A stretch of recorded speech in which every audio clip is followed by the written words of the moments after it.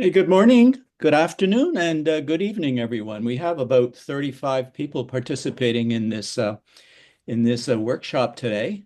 My name is Philip Desjardins. We'll just wait another minute or two. I'm recording this session, Anton and Paul. Good to see you.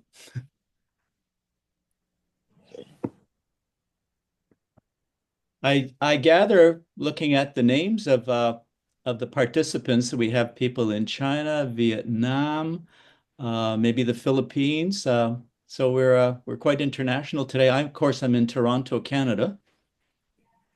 More people are coming into the room. You can hear me well, everybody? Yep. Yeah, okay. Okay, thank you. Thumbs up.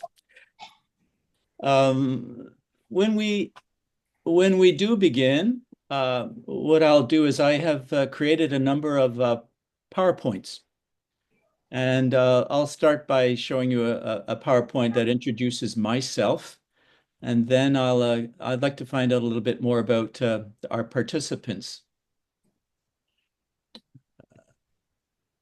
Just admitting some more people here. Yeah. Throughout the presentation, because there are so many of us, throughout my presentation, if you have any questions as we go along, just put them in the chat. I think my presentation will take about 60 minutes, 1 hour, because I have about 30 slides. And when that's finished, around say 9:30, I'll look at the chat. If you have any questions, we can look at those questions there, and I'll give you some answers. I think that's probably the most efficient way.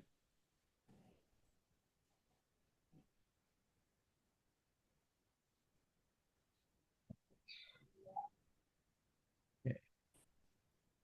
Getting a. I'm just going to wait one more minute. I'd rather not start making my presentation and still have people coming into the room.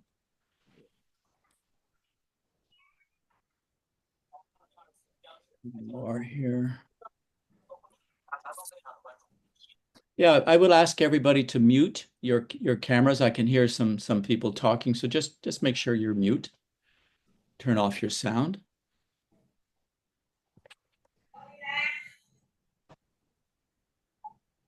Okay. So we have 44 participants. That's really good. I understand we have in excess of 100 people who've made application. Uh, so that's really good. Um, this is my second year of making this kind of a presentation. I did it last year as well, and I've made some modifications to my presentation because we have, of course, changed the topic this year. Okay, I think that I will try now to begin my presentation. So I'm going to just open up my PowerPoint. Yeah. Okay, and I'm going to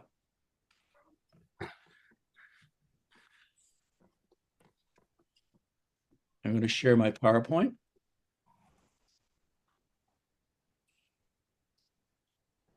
Okay, I hope you can all see that. So this year's topic is artificial intelligence and sustainability. So we're going to talk about what sustainability means. Philip, Yep. Yep. maybe you're waiting for 1 second or just make it recorded. Okay. Okay. I don't know who is host. I'll call Atan if he can make a recorder. Okay. I'm recording on my computer. You're recording your computer? I'm recording on my computer because Hello? yeah, can you hear? Atan, you need to make a recorder, okay? Yeah, I'm recording. Okay, so we'll talk about what sustainability means in a minute. So this is 2025 and the Global Youth Challenge. This is the fifth. There have been four previous Global Youth Challenges. Last year, I was involved with it. So as you know, I'm just going to review very briefly. You know, the competition involves two kinds of entries. Philip, I think Yeah, that is still recording. I think that's still recording. Did you record? I am recording. You record from room, right? I'm recording onto my computer, Paul. In room, right? Yeah. Okay. Yeah. Sorry, Oh, three. you see it, right? Okay. Yeah, I'm recording in mine. So your competition entry can be of two types. So if you like to write, then you'll be writing an essay, and along with that essay, a 3-minute recorded speech. If you are more artistically inclined and you think you could probably work with this theme, artificial intelligence and sustainability. Maybe you could do a collage, artistic collage, or a poster, a painting, a drawing. You might even want to make a video, as well as a 3-minute recorded speech. The speech and whatever you do, essay or artwork, they go together. So let me tell you a little bit about myself. Who am I? I'm a teacher, of course. I've been teaching for many, many years, but I left teaching in the early 80s because I was very interested in media, particularly film and video. Um, and so I became a writer for television. And in 1986, I was using an electric typewriter. Now, some of you have never even seen one, probably. You'd have to go to a museum, but this is an IBM electric typewriter. It's like a piano. You punch the keys, little little hammers with letters, tap the paper, and you write that way. Of course, we use keyboards in our computers today. But in 1986, I bought my first computer. It was a Macintosh Plus, and it looked just like this. It used a floppy drive. It was basically a word processing. There was no internet. I was not connected to the internet. It was basically a way of typing and making revisions without using paper. It was recorded onto a floppy disk, and I could print out. I loved my Mac, and I have had Apple computers from that day to the present. Every time there's a new Apple computer out, I buy it. So for 1986, in 1986, I was working in television, and I was approached by a producer. Would I be interested in doing a television program about artificial intelligence in 1986? These were the principal American pioneers. They were all computer technology engineers working in computer science at the time. Uh, and I was asked, would I be interested in making television programs about this new thing called artificial intelligence? I had no idea what it was. But these gentlemen here, and women as well, were developing artificial intelligence applications. And so I took on the job. I spent a year and a half making 4 30-minute documentary films. We call the program Fulfilling the Dream. It came out in 1987. And that's my first connection to artificial intelligence. What I learned is that artificial intelligence researchers were trying to give a computer vision capabilities. So a robot that could maneuver its way down hallways, or a camera inside a car that could drive that car. Well, of course, we have that today. We have self-driving cars. I was talking as well to researchers who were trying to turn text into speech on a computer, or speaking into a computer and turning that into text. It seemed like an amazing dream, but of course we have it. I hardly ever type into my cell phone when I'm sending a text. I usually dictate, and the speech appears. Not only does it appear, but it'll correct my grammar, and it'll even suggest how to finish my sentence. So we have come a long way since 1987. Also, too, I learned about expert systems. Computers could take all the knowledge that an individual has, a scientist, a doctor, an engineer, a lawyer, a teacher, put that knowledge into a computer program so that the expert would have knowledge that they could call on from a computer to supplement their own knowledge. So we call that expert systems, and they are everywhere today. And of course, robotics. In 1987, Japan and America were in competition to see who could develop these systems: vision, speech and text, expert systems, and robotics. Who would be the first? So America was really working very hard in all the universities that had computer science engineering departments. They were working really, really hard, and I was able to be there at the beginning of what we now know as artificial intelligence. Okay, so I'm going to stop the share, and I'm going to ask you some questions about yourself. Let me just close my screen. Just give me a second here. Okay. All right. I want to maybe just putting your hands up. We have two divisions for this competition. We have a senior division for students who are 16 to 18. Could I just have a show of hands of those of you who are in that category, 16 to 18? 2, 3. All right. Just, all right. Okay. I'm seeing, yeah, if you're 16 to 18 and you'll be in the senior division, I'd just like to have an idea. Okay, right. All right. Looks like we have maybe a majority are in the junior division. The junior division would be students 13 to 15. If you're in the 13 to 15 category, so you would be in the junior division. How many of them? 6, 8, 9, 11, 12, almost half, I think. It's 13. Thank you very much, everybody. So 15, yeah, okay. Let's say approximately half of you are in the junior division, half of you are in the senior division. I'd like to know, thank you very much. I'd like to know now, by a show of hands, how many of you have participated in the past? Did you submit last year or the years before? This is our 5th year. Okay. Doi, you've participated before? 2? Seems like okay. So most of you are 2, 3, 2. So most of you are newcomers. All right. Well, that's great. So if you participated in the past, some of the slides I'm going to show might be familiar to you. Okay. All right. So let me just repeat. If you have any questions, I may stop during my presentation, but if you have any questions, put them in the chat and we'll look at them at the end of my presentation. I may decide halfway through to stop and look at some of those questions. So we'll just we'll play it by ear. All right. So I'm going to now open up my main presentation.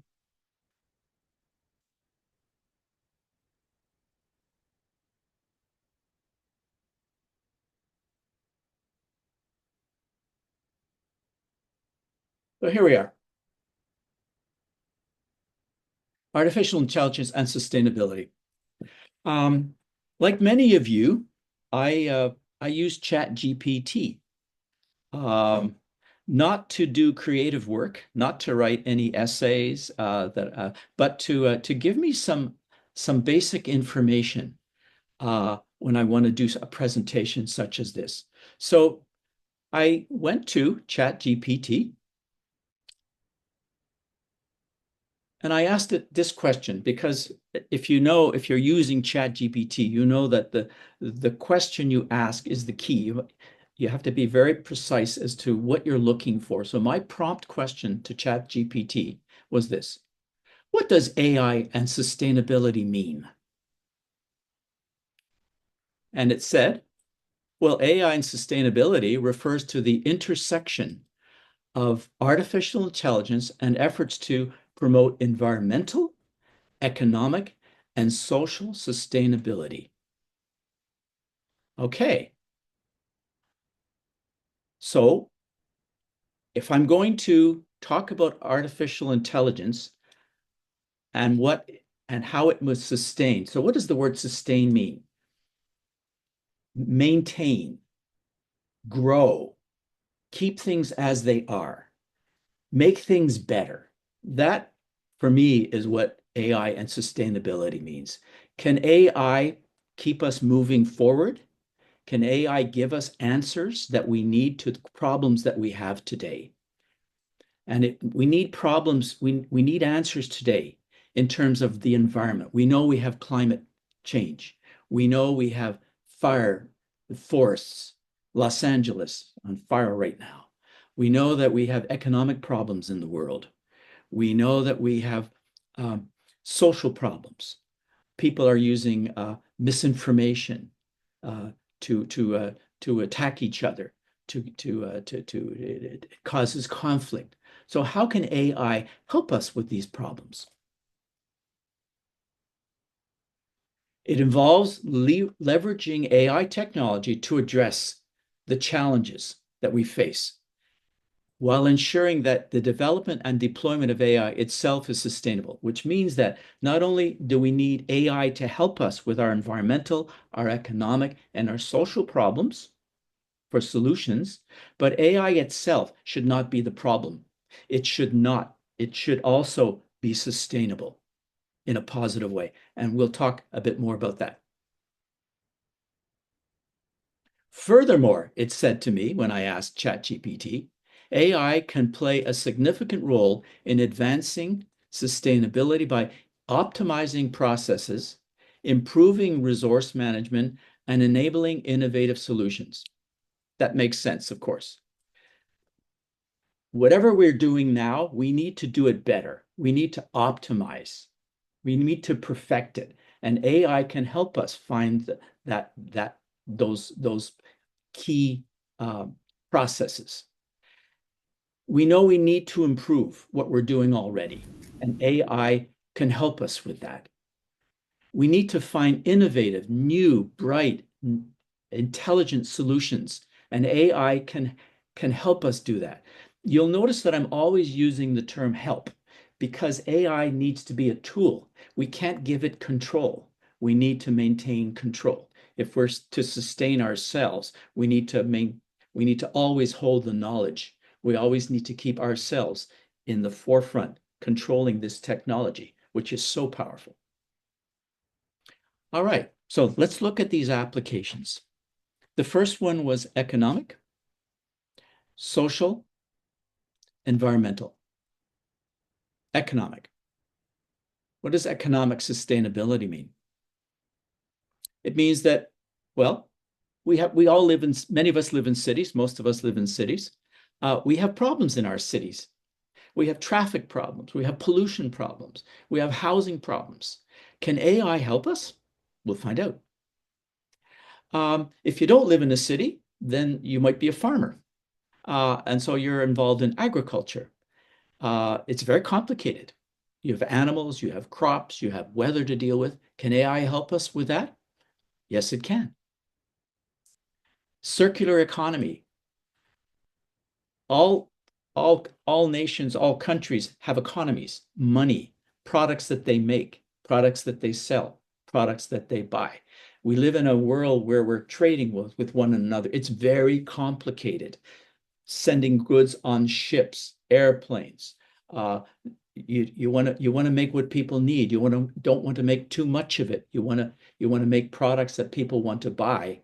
And so it's very complicated, and we can use artificial intelligence to help us with that. So I'm going to go through each one of these and break them down for you.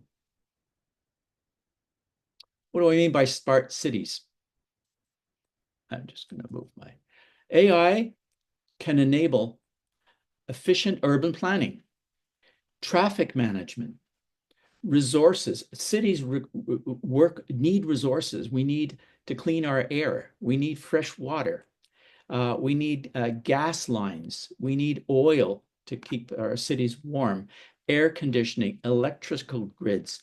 A city is a very complex, complicated idea, and it's very costly. We all know that our costs are going up. How can we make electricity more efficient? How can we make traffic more efficient? How can we restrict cars? How can we make those cars more efficient? How can we build houses? How can we build apartments? Can we deliver services to them? Very complicated. And already, my son-in-law is an urban planner here in the city of Toronto, and makes use of artificial intelligence because his specialty is traffic, and we're trying to organize traffic lights uh, in the most efficient way so that traffic is always moving and not blocking. Agriculture. Agriculture can use AI to optimize water use, to control pests, to improve crop yields, to minimize waste. I have a really good example here of an AI tool that's been developed. Um, Imagine that you are a farmer and you raise cows, beef cattle. You have lots of cows. You have maybe 1,000 cows in your herd, and you need to be totally aware how healthy those cows are. If there's any problems with them, you don't want a disease to break out. And so an AI program called Betsy, which means bovine expert tracking and surveillance. Bovine is another word for cow. So AI registers each cow. Cows are quite different in terms of color and size, different behaviors and attitudes. Betsy, once it has an image of a cow, it can track that cow even as it moves around in a herd.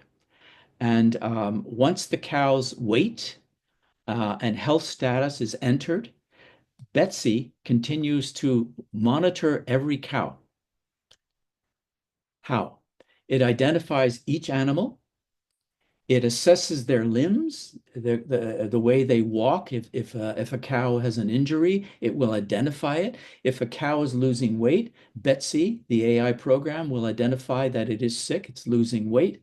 If a cow becomes pregnant, Betsy will identify that its stomach is starting to expand, that it's putting out more heat. So this is a really amazing program. It may be something that some of you are interested in looking at, agriculture, in terms of your presentation. What is a circular economy? Well, the arrows here indicate that you make a product, you sell that product, you buy a product. The world's economies go in a circle. Objects out, objects in, money out, money in. We rely on each other. It's very complex. What can AI do? Well, it can enhance your product design, make your products more efficient, long lasting, supply chain. It will, AI can maybe help discourage any pollution that you're producing in your economy. It will help in terms of your recycling strategies and maybe reuse of your products.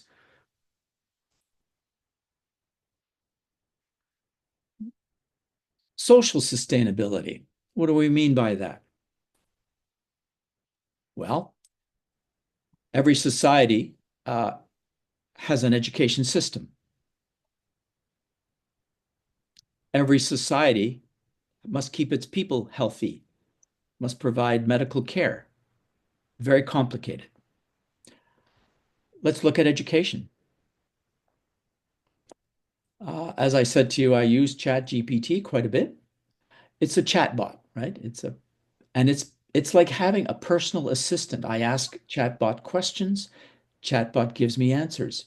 We have a communication, a conversation back and forth.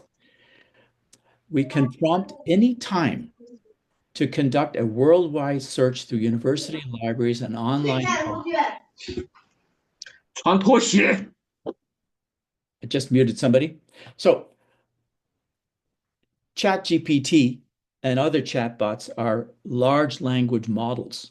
All the information that we have in our books, in newspapers, in magazines, has been distilled and put into computer programming, and a way of connecting that knowledge has that's what chatbot is, and ChatGPT is based on knowledge. When I was a student, I would have to go to the library. If I was working on an essay, my research began usually at the library, or I could talk to people for information. You guys now just punch up a prompt question in your computer and you get all this knowledge, all this information. It's wonderful to have. There's an advantage. It's called triangulation. It brings together all these different ideas and different sources and generates information for you. Based on the question you ask, it will give you an answer or an argument or information that's particular and specific and useful to you. But there's a disadvantage, as we know. It can contain biased information. Some of that information will end up as plagiarism in your essay. As teachers, we're always on the lookout and concerned that our students are simply taking this information without really understanding it and putting it into their and calling it their own work. So that's the disadvantage of having all that knowledge at our fingertips. Some of you now are probably aware that Google has a chatbot and they call it Gemini. At the close of 2023, Google announced Gemini.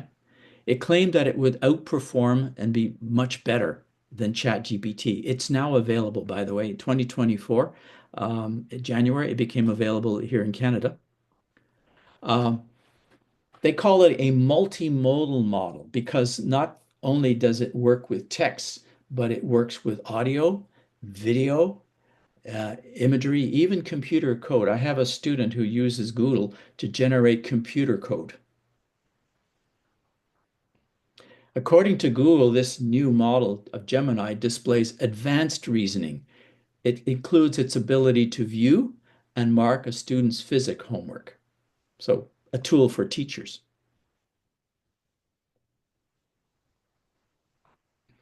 Google claimed that Gemini could outperform even the most powerful version of ChatGPT, GPT-4 on tests, including it can analyze imagery, and they claim that it actually reasons. However, the early versions of it contained false answers or hallucinations, and so that continues to be a problem. So if we are going to use tools like Gemini and ChatGPT to sustain us, okay, we have to be sure that the information we're using is accurate.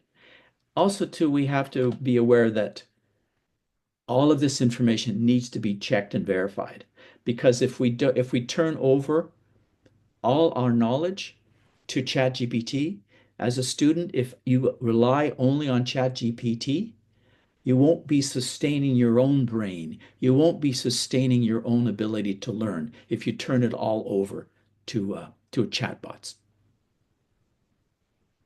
Healthcare.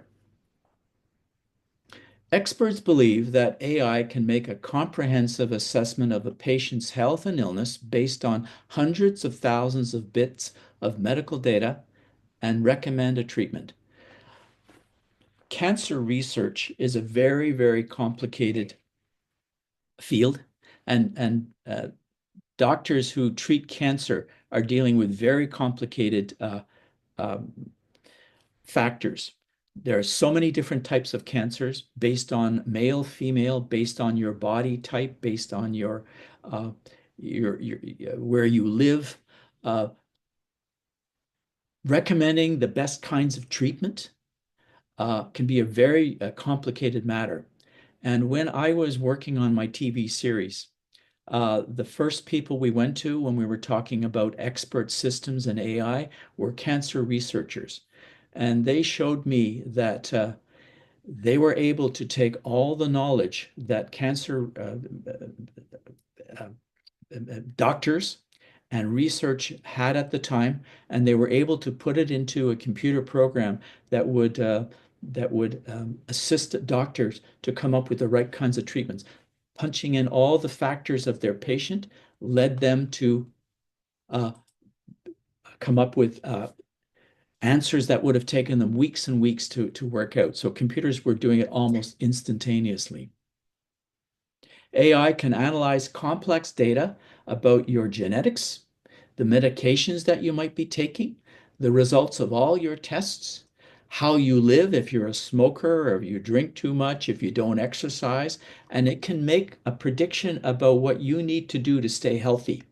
It's so much more than a human can possibly come up with. If you have a doctor, as I do, my doctor might have 15 minutes of my time to talk about any issues I might have. A computer can take all that knowledge and come up with it with recommendations that my doctor in 15 minutes may not have the time to do or even the expertise to do. So giving computers the capability of keeping us healthy is something that I think we need to really explore. And medicine is making great use of artificial intelligence because we know that they're so busy. Hospitals, nurses, doctors, caregivers are overburdened and don't always have the time to look deeply into what's the problem and how to cure it. Just a chart that I have found to show how healthcare costs continue to increase. This is for Canada. Healthcare costs constantly go up, and artificial intelligence can maybe help us bring those costs down by developing more efficiencies. So if you're interested in medicine, maybe this is a topic, AI and sustainability. Maybe you want to look deeply into how artificial intelligence is can be used to make our world even better, to keep us even more healthy. We've all come through a very difficult time with COVID. Artificial intelligence was used to help come up with a serum, a treatment. Uh, it might have taken 10 years if we didn't have artificial intelligence to come up with a vaccine for COVID. It helped clinicians and researchers using CT scans, radiographs. They diagnosed patients who had COVID. They diagnosed patients who were given some of the early experimental drugs using animals, but also sometimes using humans. Um, it takes many, many, many iterations when you're developing a vaccine that would work for all people of all ages. And AI models uh, predicted what the most effective vaccines would be. And while they were doing that, they also came up with a vaccine for uh, another disease that is very much like COVID. It's called monkeypox. It broke out in the African continent, and they were able, using hundreds of millions of chemical compound combinations, to develop not only the COVID vaccine, but they also, in doing that, they discovered a vaccine that was effective for something called monkeypox. Very contagious.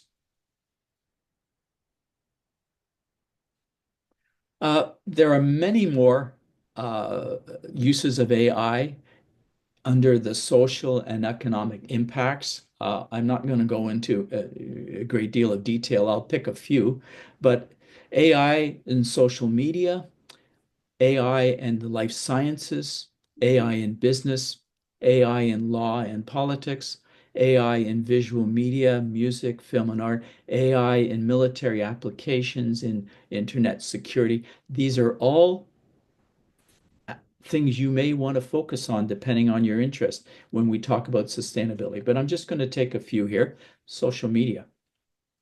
Um, Australia, Australian AI investigators looked into robotics and wondered if they could develop a robot that could be used as a companion for people who are shut in, are elderly, are not mobile, aren't able to get out. And they developed one called LEQ, which is a chatbot.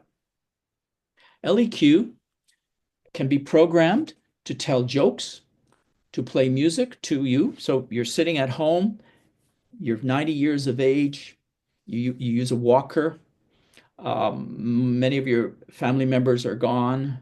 You'd be lonely. You take medications. LEQ is a computer. It looks like a human. You can see it here. You place it on a desktop. It will wake you up. It will remind you to take your medications. I'll just read this. It'll tell you jokes. It'll play your favorite music. It'll give you inspirational quotes. On a video screen, you might want to say, I would like to go and visit France today. Can you take me to Paris? Let's go inside the Louvre Museum. And all of that will become available. The device will help you exercise. It will ask you how you're feeling. It will remind you to take your pill. All of this programmed in to tell you that it's time to drink water. It will host video calls. It will, without just your voice, it will phone your relatives. It'll bring them up on a Zoom call if you wish. You can talk to them. If you have an emergency, you can call your doctor. 911, it'll have ambulances come to you. It's like having a human being in your home, but it's a computer. And it learns all about you through its algorithms. So when you purchase LEQ, it's taught what your preferences are, what your needs are, and all of that gets programmed in. The average user that has LEQ interacts with it 30 times a day. Even 6 months after having LEQ given to them, more than 90% of the people report lower levels of loneliness. It's not a human being. It's a replacement for a human being. Nothing should ever replace friends and family who care, but as an additional support. Very important in our society as more and more of us grow older and need special care. I was very interested in life sciences, zoology and biology when I was a young student. I had microscopes and did chemistry experiments and kept frogs and snakes and things like that. So if you're interested in life sciences, maybe this is a topic that you would like to. So how can AI sustain life on Earth? Life science is the study of living things and living processes. Some of the major sciences are zoology, study of animals, botany, the study of plants, marine biology, the study of animals and plants in the ocean, microbiology, and entomology. All of these can be sources of pollution, can be sources of disease. And so to make life sustainable, we need to be sure that we are understanding what's going on in insect life, in bacteria, in the oceans, what's happening with animals, what's happening with our plants. AI helps us to understand the consequences of our actions and prevent further damage to the environment. Some of the projects that environmental sustainability include, oops, I'm sorry, let me just. So scientists can use computer vision to help ecologists detect plant diseases. We don't want to have a major disease break out in wheat fields. Wheat gives us bread. Bread is one of the mainstays of everyone's diet. So using computer vision, probably from satellites, but also can be cameras focused on a field. The human eye could never keep an eye on everything that's going on in the environment. Using AI, we can to analyze satellite imagery, we can investigate what impacts we are having on the Amazon rainforest. Not only the Amazon rainforest, but maybe the all forests.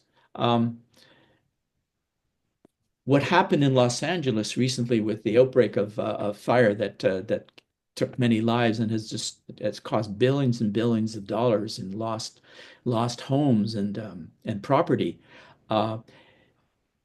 AI could not have helped that situation because that's a condition of dry vegetation and the Santa Ana winds, which fueled the fire once it broke out. But that AI can keep us aware of what's going on with the forest anywhere in the world. Canada has a tremendous amount of forest, and we keep an eye on the quality of our forest using AI through satellite imagery.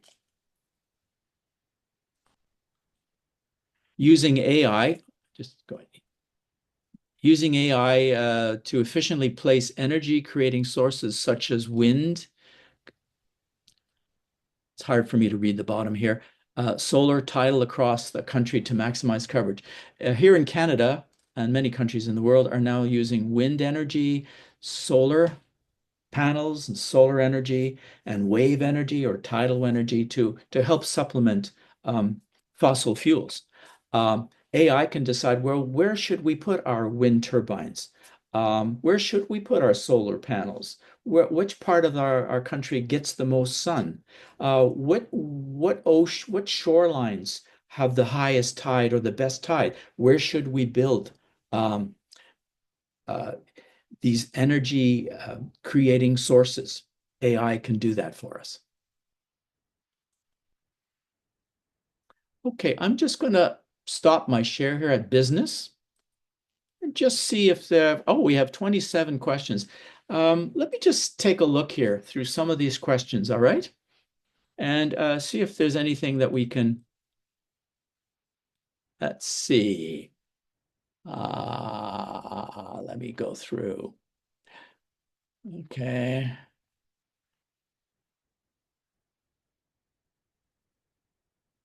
Uh, Anton has said, somebody wants to know, in terms of the essay, how long should the essay be? And Anton's reply here is, youth from around the world will be required to submit a 300 to 500 word essay, uh, plus a 3 to 4 minute video speech. Okay, so your essay should be 3 to 500 words. Mariam wants to know, should the essay be fictional or a creative essay? Uh, Fictional would be a story. No, I think in this case, don't write a short story. In this case, you must write an argumentative essay, right? Full of facts. Don't write a short story. Uh, what if your essay is less than 300? It can't be. It has to be between 300 to 500 words. It would be considered incomplete. Uh, do you have to do an essay if you're doing art? No, if you're going to do the art, you just have to do the art plus the oral speech, 3 to 4 minute oral speech on video, of course. We don't want audio files. We need to see you giving your speech. Do you need to include a description of your artwork and key messages?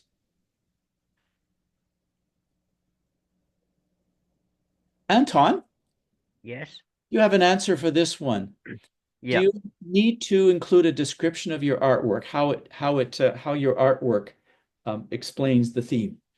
So, for some of you who choose to submit a piece of artwork, like a drawing or a picture by hand, then you have to include a description of your artwork.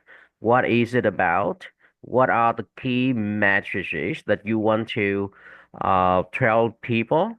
Uh, Make sure that all the key messages are related to AI and sustainability. Uh, because in the previous competition, some participant just submit a piece of artwork without any description, without any key messages. So for the judges to judge their artwork, they should include at least, the key message, what it is about, and what do you want to say? Okay, thank you. Kalina, that's a good question. Will you be disqualified if you use AI to create your drawing? So, I personally, I would have to say yes. Would we know that it was AI generated? Maybe. I guess I just want to remind you again that if you're an artist, if you want to draw something, use your creative brain. Don't just simply prompt AI, um, an art software to generate it for you. Um, I think you're giving control over to AI that you shouldn't give. Remember, we should not give AI control of our lives, our brains, our creativity, our own ideas. We need to have ideas and keep them. If we give it away, we may never get it back. Can a drawing be by hand? Yes. Yes, or it can be drawn on a PC. Yeah. Oh, last year we saw some wonderful paintings and sketches that were done on canvas. Very nice. One by hand is preferred, says Anton. Yes, of course. Uh, any requirement for paper size? No, I think it's you'll be submitting an image, uh, a photo, I guess, of your artwork, unless you want to send it to us. But if you're in China, best to just do that. I don't know. It's up to you. It's up to you. Do a sculpture if you wish. Um, In the email, it said that we must collect proof of participation. Oh, I'll just leave that out. When creating a video, should I present while the video is playing, or should I play the video first and then present? So if you're going to create a video on the theme, AI and sustainability, you'll want to do a second video, which is just you speaking, right? Don't include them together. If you want to do a 3 minute, I don't know, documentary or a 3 minute fictional story that somehow in the video communicates the theme, you need to do a second video of you just talking to the camera about what that video means. Do you draw pictures to? Okay. Anything else? Can your essay have Can the essay have two conflicting opinions, or should it adhere to one opinion? I'm not sure how to answer that one, Anushka. Anushka, can you explain what you mean by that? Is that okay? Is that okay if you speak? No, as in, can I take two sides of an argument or just stick to one? Um, oh no, I think you should, because you're limited to 300 to 500 words, you couldn't do what I'm doing in my presentation, which is to go through all the different ways AI can sustain us. Business, education, environmental. You're going to have to choose, I don't know, one or two, but really drill in, really dig into it. Okay. Um, so, okay. Some people are still coming in to join us. So let me see. Can the art be a digital art rather than doing traditional? Yes, as long as you don't generate it using AI, I think, of course. I know I'm not an artist myself, but I know you can draw on a tablet, you can do all kinds of stuff. So definitely do that. Can we make the play? Can you make a play with friends who join it too? I think so this is from Nguyen Thiman. I'm sorry, I can't pronounce your name. I'm sorry, but can you make a play? Yes, you can. If you're going to do a video, um, somehow in that video, if you get at the theme, it might be difficult to do with a fictional video. But if you can do that, yes, of course, you might want to use some other people in your video. Anton, am I okay what I'm saying there? Should that video be more nonfiction documentary? It could be. Yes, it could be, but make sure we have some requirement that a creativity. It should be from your own imagination and from your own perspective. Of course, you can get some other people, like actors, actresses, into the 3 minutes video or into that piece of artwork. Because if you decide to make a video as a piece of artwork, it should be your original idea, and then you submit that video as a piece of artwork at one part of the requirement. Still, you need another 3 minute video to explain what you have been doing what you have included in that piece of artwork. So remember, if you choose to make a video as a piece of artwork, you still need to submit a separate 3 to 5 minute video. Okay, so remember everybody, because it's a little bit confusing for some. There are two requirements for the submission. Number one, a 3 to 5 minute video. That is compulsory, the first part. The second part is an essay, 300 to 500 words, or a piece of artwork. So what is a piece of artwork?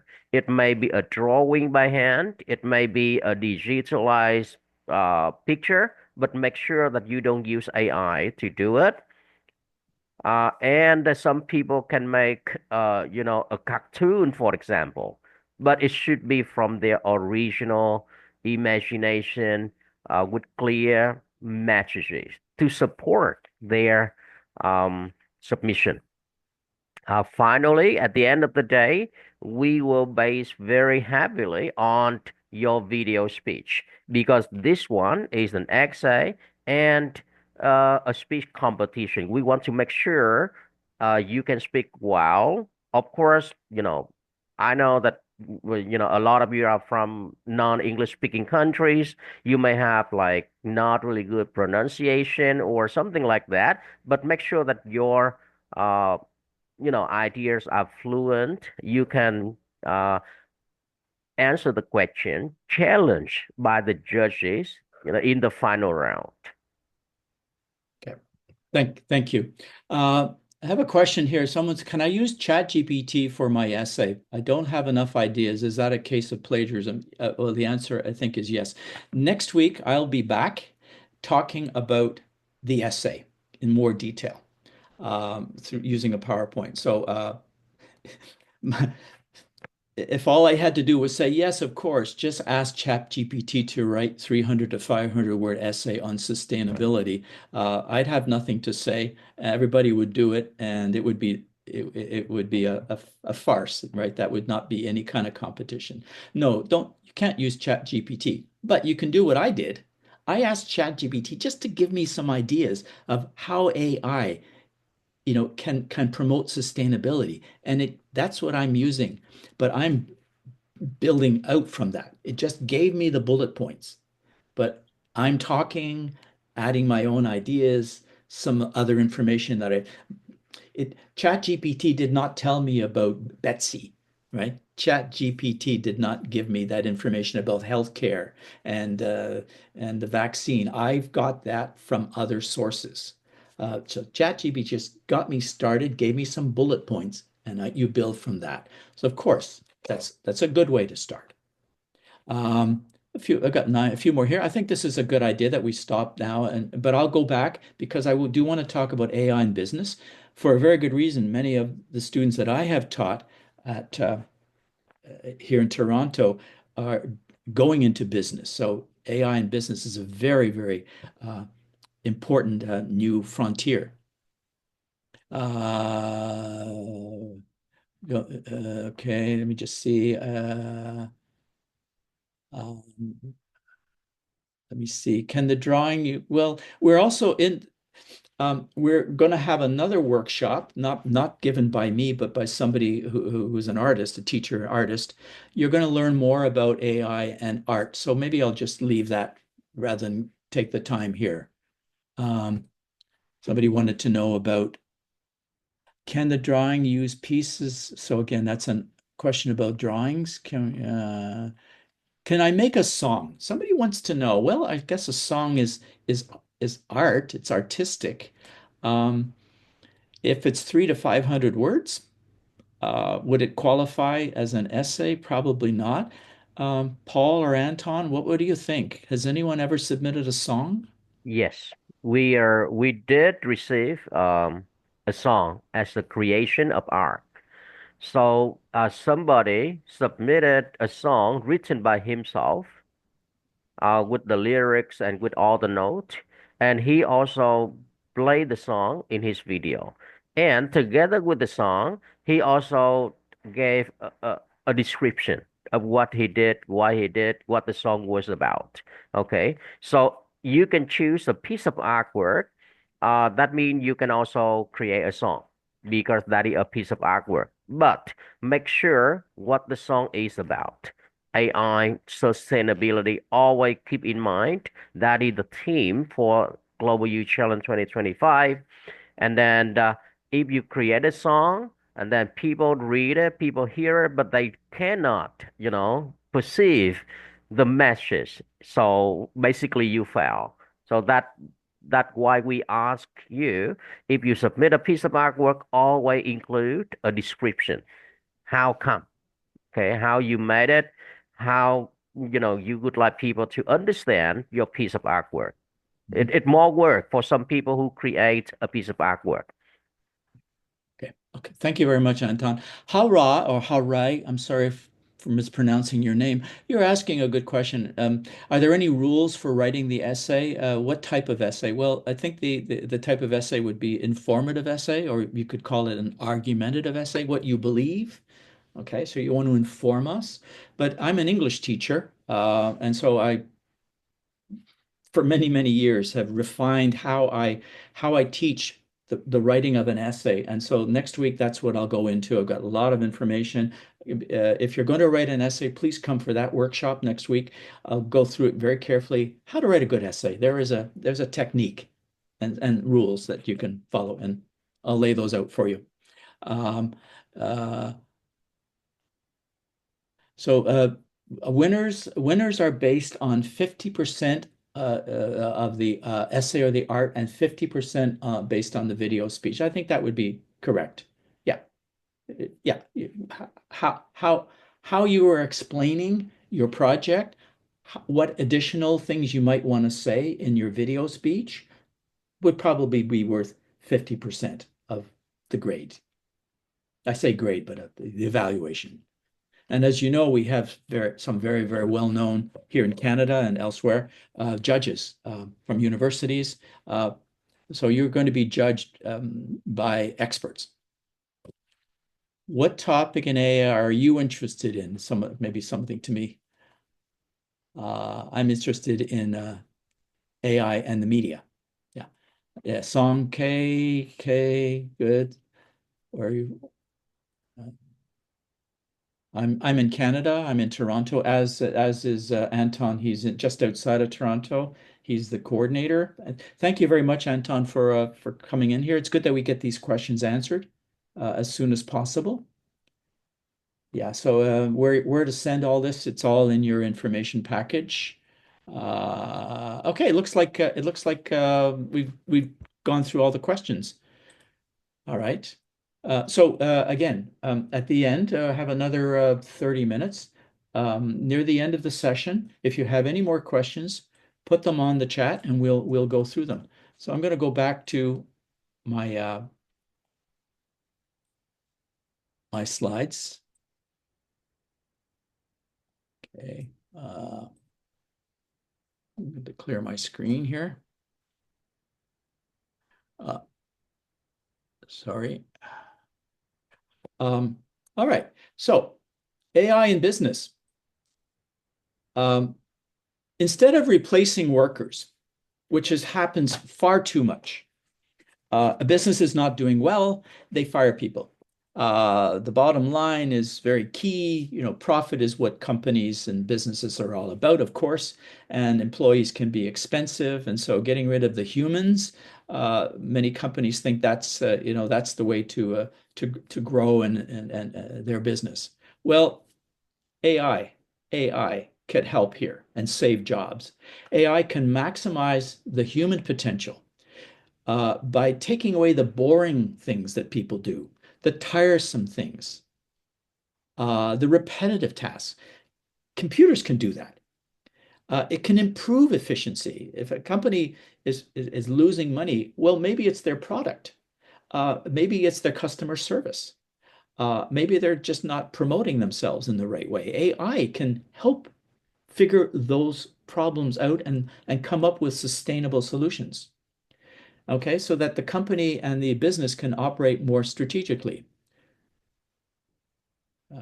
So So what can it do? Well, if you're making a product, AI can make a better product for you. Uh, AI can help your marketing. Where should you be selling? Where are the people living who need your product? AI can scour the internet and find out where your customers are, and then or what age they are, or where they're living, and that's where you market.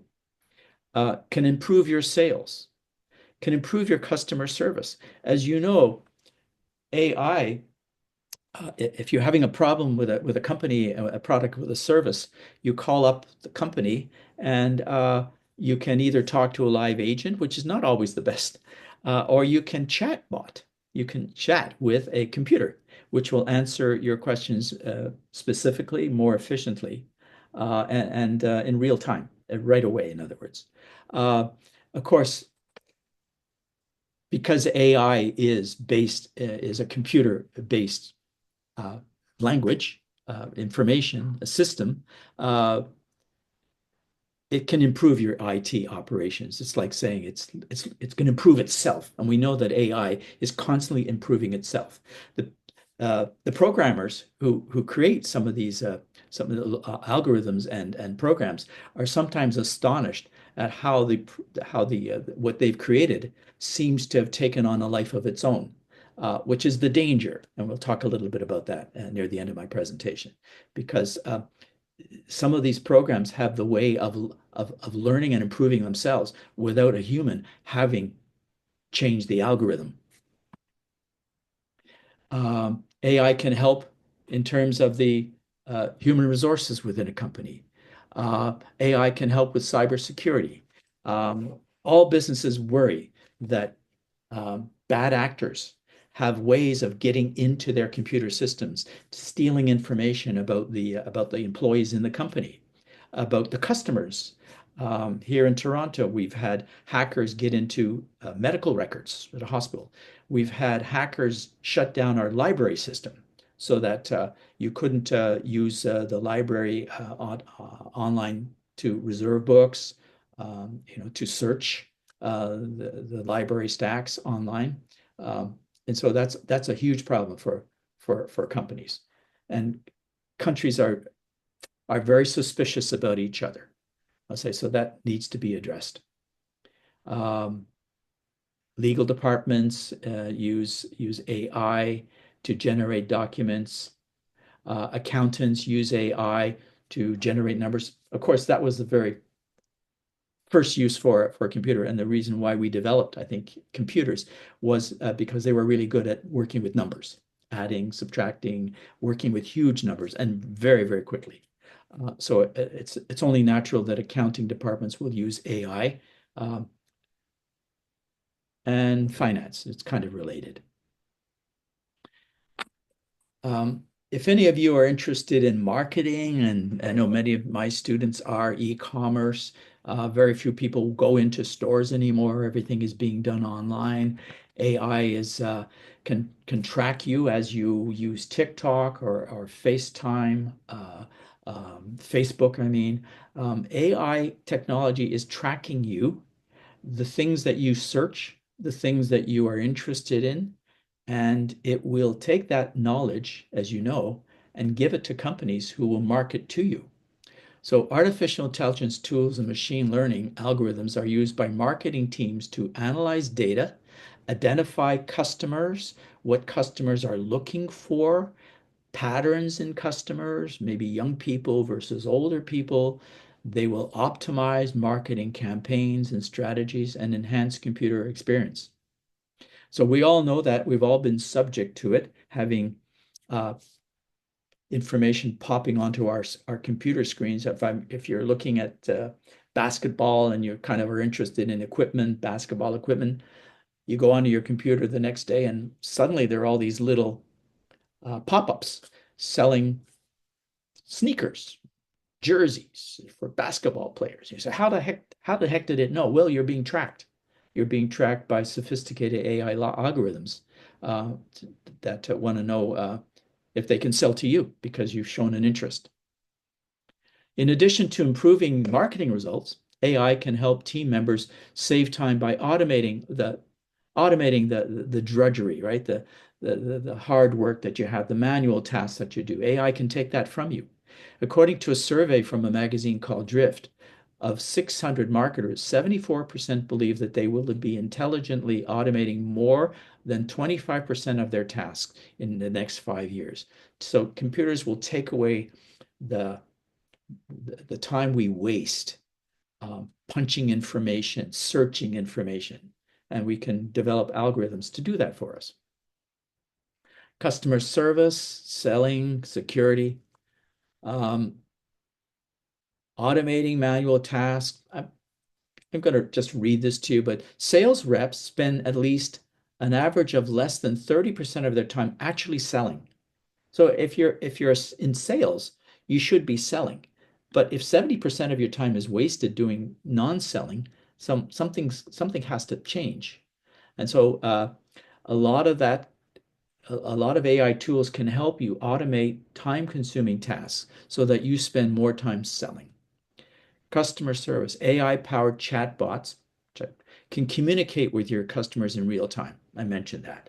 Rather than waiting for someone to come on the phone and answer your questions because you're having a problem with something you bought, you may have to wait for 30 minutes and they play you some really bad music. You have to keep listening to it. The chatbot will answer your question right away. It's faster. It doesn't go to sleep. You can call any time of the day or night. It's always available to you. Cybersecurity, I mentioned that. Artificial intelligence and machine learning can be beneficial to cybersecurity. Stay ahead of the cyber criminals. Can automate the threats. Can respond to it. So your AI is looking for other AI that's trying to come into your computer to steal information and knowledge. So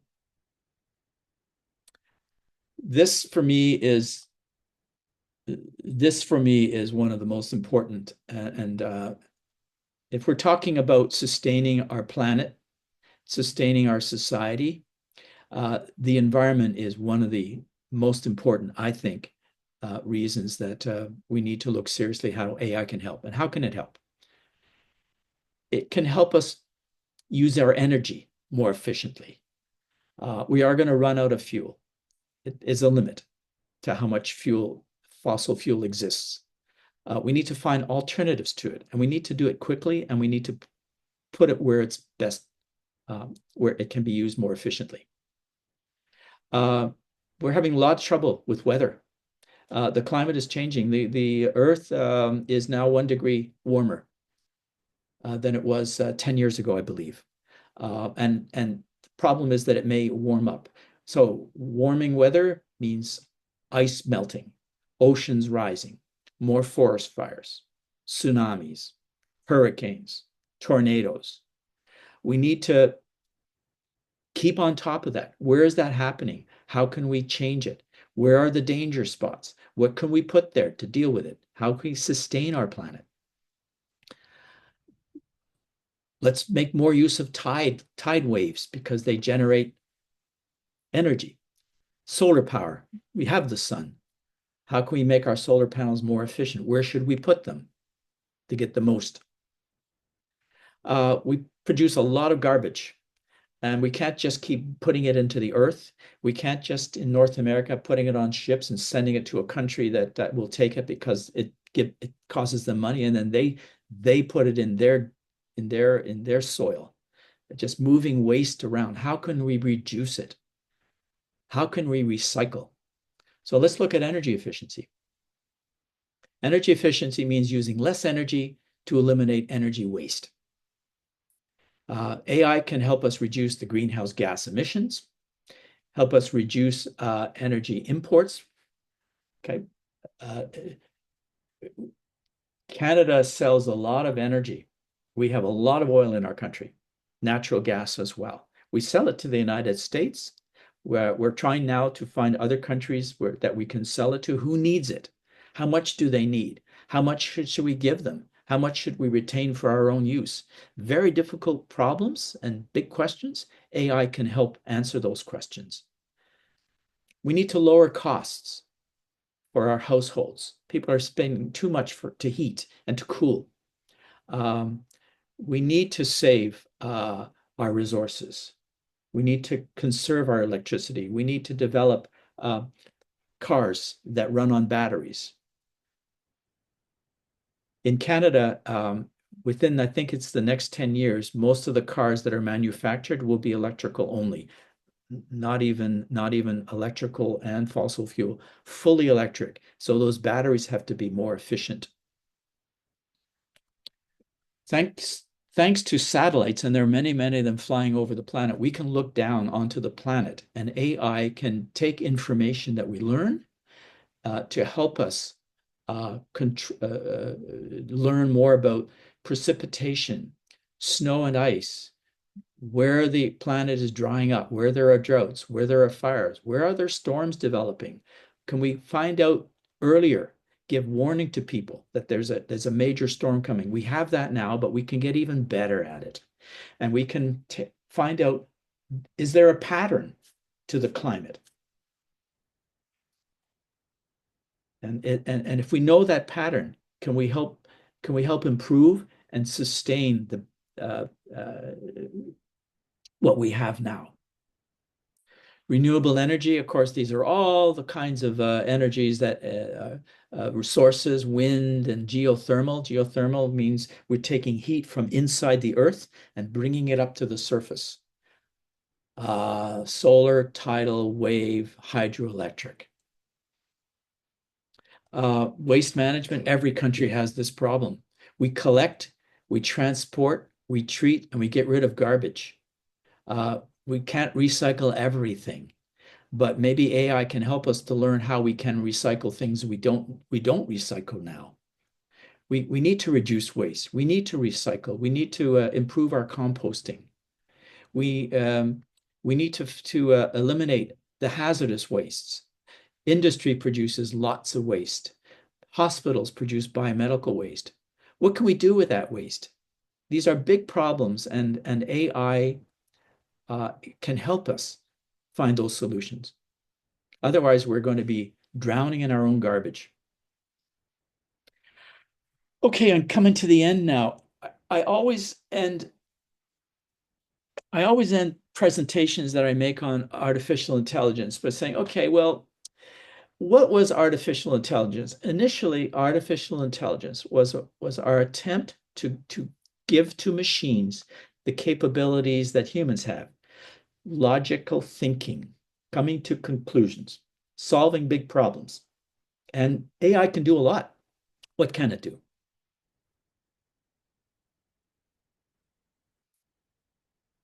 Well, AI doesn't have sensory motor skills. It doesn't smell. A computer can't taste. A computer can touch, but does it really feel? Does a robot know the difference between wool and silk? Okay. We learn so much from our senses. We don't just read books and learn. Knowledge for human beings comes from our five senses. Smell is a fire. It's hot, don't touch it. Okay.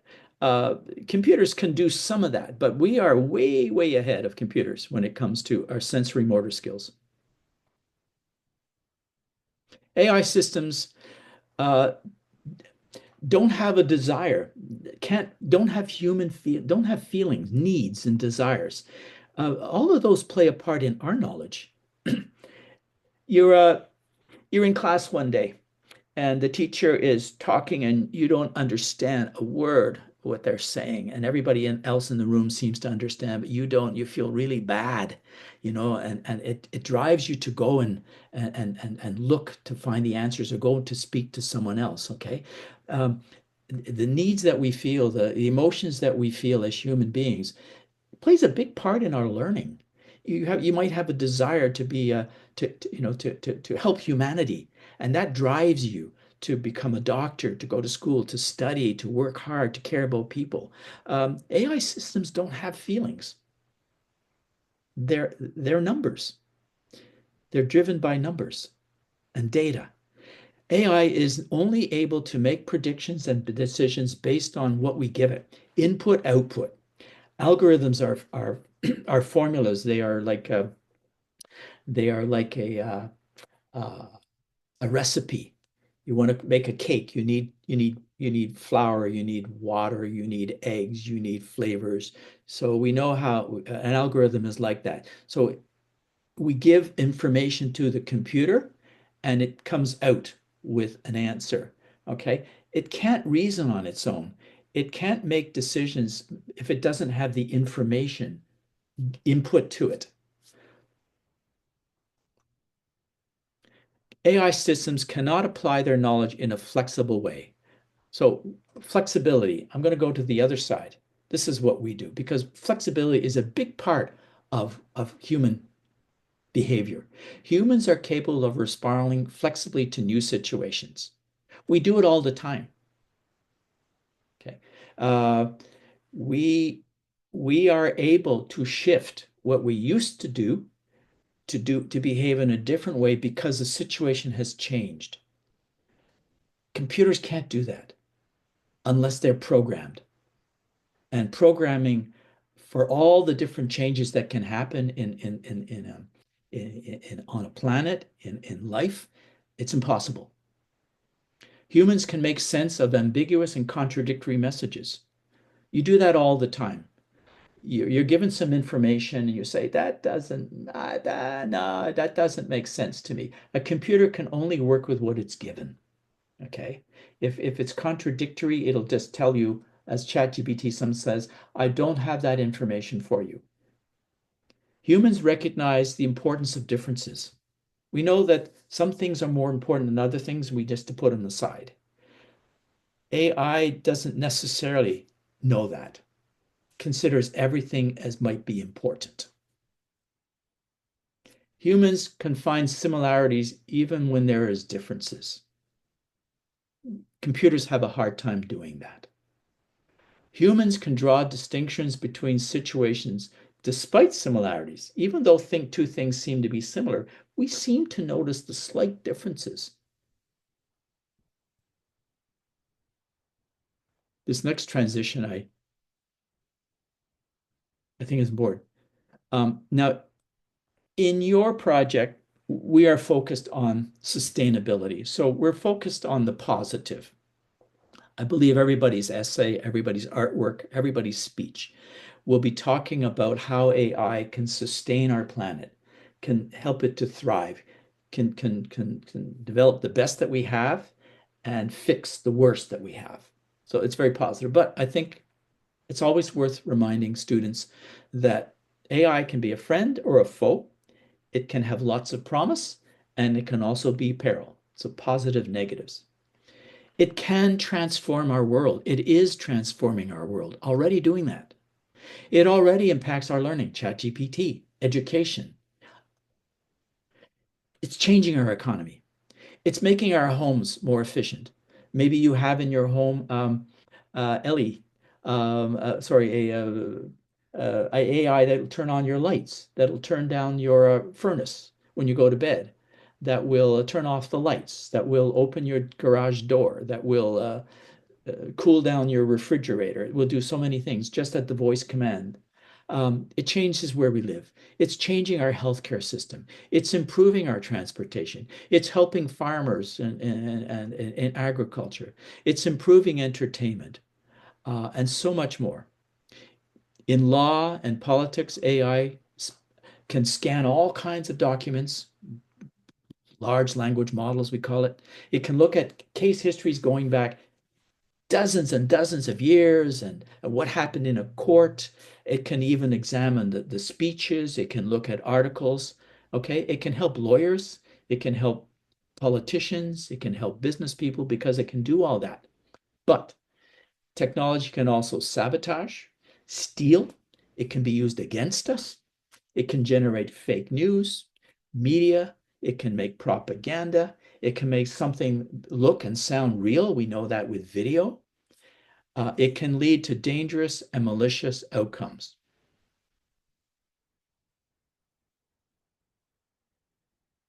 So AI and sustainability. it seems like it's science fiction, right? It's impossible. It's too good to be true. But it can be used to save and sustain, or it can be used to destroy. So you guys need to find in your research ways that AI will save us, sustain us.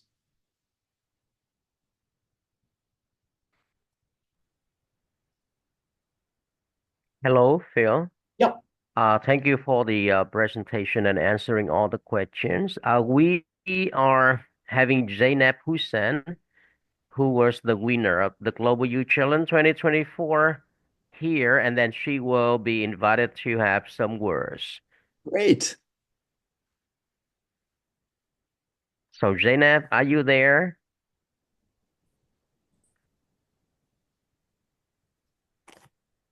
Yeah. Can you hear me now? Okay. So, Zainab Yeah, is I'm here. here. Hey, I remember you from last year, Janeb. I remember you too. Congratulations. Thank you. So do you want to say a few words? Oh, no. Okay. Yeah. Sure, if you'd like. Yeah, please. Yeah. Um, Hello everyone. I wish you the best of luck during this year's GYCs. Philippe Desjardins is absolutely amazing. His meetings I found very, very helpful, very supportive, and so is Anton. If I were to tell you guys one thing, literally only one thing, it would probably be because Philippe Desjardins give you a lot of subtopics within AI and sustainability that you can pursue. If I was to give you one piece of advice, it would be to find the subtopic that you're really passionate about and interested in, because that just reaps the best results. The more you're passionate in the topic that you're talking about, the better, the higher chance you have of winning, of committing to that, and of producing just the most creative and amazing work. That would be the one piece of advice I'd give you. So good luck, everyone. Thank you very much, Janeb. Yeah, absolutely. Yeah, you can't work on all those topics. 300 to 500, you're restricted. So pick what you're interested in, what you already know something about, I think would help. Yeah. You could go into a field that's new to you, never thought about it, but pick something that you really care about. Maybe it's the environment, maybe it is related to business, maybe it's related to medicine, or cities. Yeah, all of those subtopics. Now, I've recorded this video, so you can replay it again. It'll be available to you. You might want to go through it.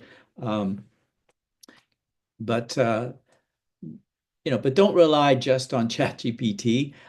Do your own research. Open up some books. Talk to some people. Get a fresh, a unique idea, and not just a whole series of facts. I think if you think about how people and the planet need help. We have we don't live in a perfect world, and we've got all kinds of problems, and they're coming at us very, very quickly. And we have a lot of smart people in this world. Uh, Not all of them work well together. If all nations could work together and share their knowledge, but we nations tend to keep their knowledge private, especially when it comes to AI development, or use it as a weapon against each other. So you might want to deal with that as well. That could be another topic. How to sustain the planet, to sustain human life, to sustain the well-being of all of us. Um, there needs to be a sharing of information.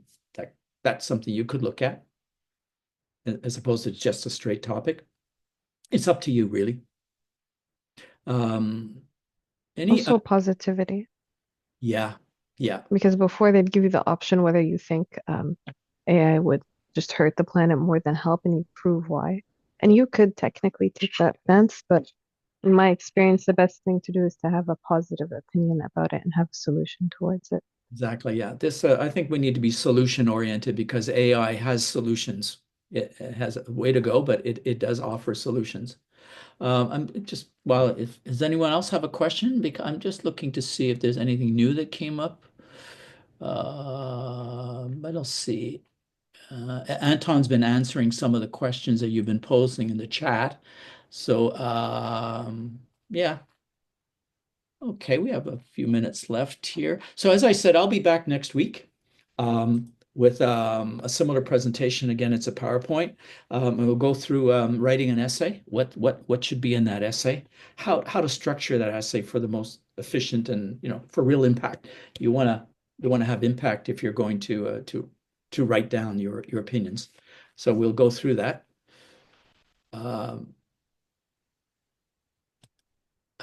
Somebody did pop a question. This might be a good one here. Can we choose AI versus humans as a subtopic? Not really. That's a debate. It's I mean, you may have an opinion about that, but that's not it's not about sustainability. You really have to keep thinking, what is the topic? AI and sustainability. What is A doing for the environment, for humans, for society, for the economy, for the environment? Okay. I don't believe AI will ever achieve human intelligence. I don't think it will because it doesn't have the sensory capability. It's a machine. It's chips. If someone, interestingly enough, when I was working on my AI series, we went to Stanford University, University of Pittsburgh, Carnegie Mellon. I spent 2 weeks in Silicon Valley. IBM let us in to show us some of the advanced, but we had to sign documents that we would never share that. I wasn't even allowed to film, but we were allowed to look at it. Um, the the University of Toronto at one time thought that they might be able to replace chips with cells, human cells. If we were going to create a computer that was like a brain, why don't we take brain cells and instead of chips? Because they're electrical, right? Brain cells communicate through electricity. Um, that was something they were working on. They were going to call it wetware because your brain is wet.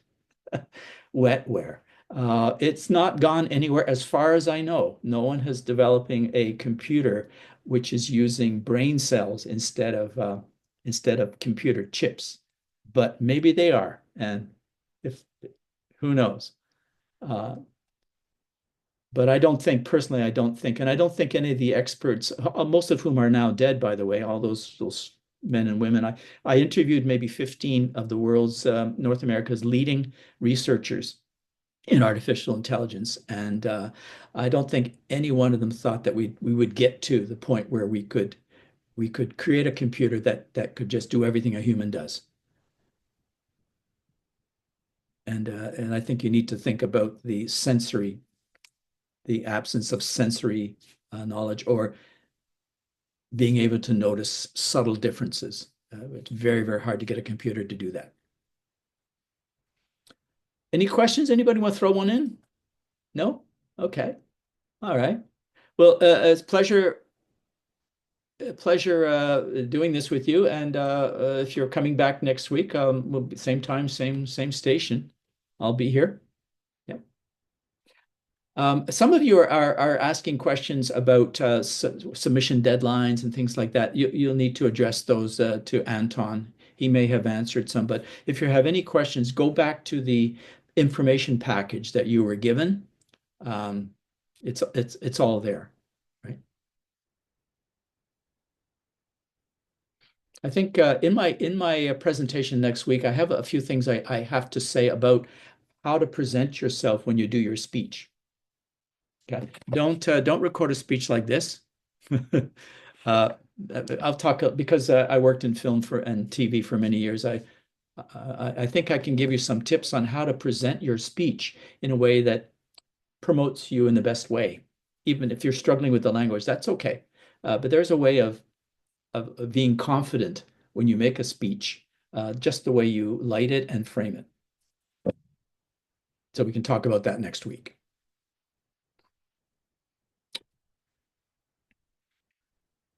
No more questions? Okay. Well, we've 10 o'clock. Good night if you're going to bed, and good day if you're just getting up.